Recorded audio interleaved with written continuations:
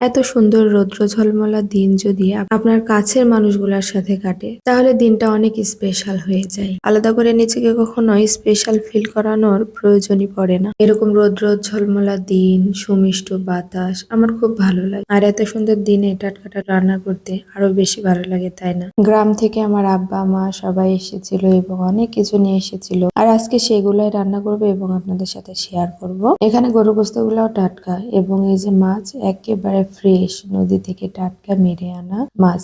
এই ইলিশ মাছগুলো ছোট হলেও কিন্তু অনেক বেশি স্বাদ আছে। আমি কিন্তু অলরেডি এখানে রান্না তুলে দিয়েছি। এখানে আমি গরুর গোস্তটা কষিয়ে নিচ্ছি, সবকিছু দিয়ে মেখে তুলে দিয়েছিলাম। প্রেসারে একটু কষিয়ে নিব এবং পানি দিয়ে এটা 3টা থেকে 4টা সিটি দিয়ে রান্না করে নিলে রেডি হয়ে যাবে আমার গরুর গোস্ত। আর আজকে কিন্তু আমি গরুর গোস্তটা একেবারে ঝোল ঝোল করে রান্না করব। আর এইদিকে তো অনেকগুলো দুধ ভিজিয়ে রেখেছিলাম পায়েস করার জন্য। এগুলো কিন্তু গ্রাম থেকে আনা বাড়িতে পালা গরুর খাঁটি দুধ। রান্না করতে করতে আমি এদিকে কফি বানাইতে নিয়েছি, কেননা আমার আব্বু আমার হাতের কফি অনেক বেশি পছন্দ করে। হ্যান্ড উইক্স দিয়ে একটু ফোম ক্রিয়েট করার ট্রাই করতেছিলাম, বাট সেরকম ভাবে হচ্ছিল না, কারণ তাড়াহুড়ার মধ্যে রান্না করতেছিলাম। আর এদিকে তো দুধ পড়ে যাচ্ছিল। আমার বরাবরই এভাবে দুধ জাল করতে নিলে পড়ে যায়। আপনাদের কার কার এই অবস্থা হয় অবশ্যই কমেন্ট করে জানাতে ভুলবেন না। কিন্তু এই তো আমার কফি বানানো শেষ, আর এটা দেখে তো আমার আব্বু অনেক বেশি খুশি হয়েছিল। যাই হোক, কফিটা দিয়ে আসলাম, দিয়ে এসে আবার শাক রান্না তুলে দিয়েছি। এটা কিন্তু কলমি শাক, একেবারে টাটকা।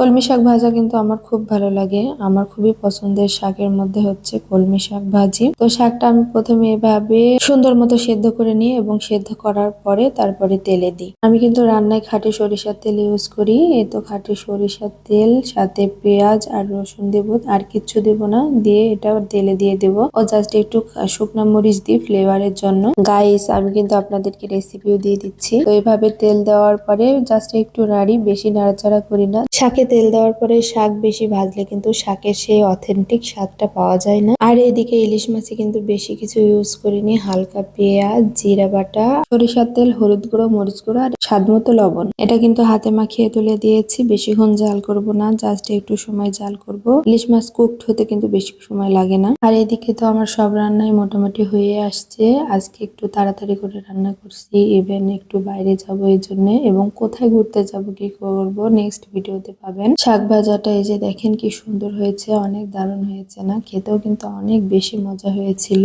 আর এখানে ইলিশ মাছের ঝোল করেছি, এটাও অনেক বেশি মজা হয়েছিল। ঝাল ঝাল ইলিশ মাছের ঝোল গরম ভাতের সাথে যা মজা লাগে। আর আজকে কিন্তু আমি শুধু সাদা ভাত রান্না করছি, আর কিছুই রান্না করি নাই। আমার সবগুলো তরকারি অনেক বেশি মজা হয়েছিল, দেখতে কিন্তু দারুণ লাগতেছে। আসলে একটা জিনিস দেখতে ভালো হলে খেতেও অনেক বেশি মজা হয়। তো খাওয়া দাওয়া শেষ করে আমরা ঘুরতে বেরিয়েছিলাম। আর কোথায় গিয়েছিলাম দেখা হচ্ছে নেক্সট ভিডিওতে। সে পর্যন্ত সবাই ভালো থাকবেন, সুস্থ থাকবেন।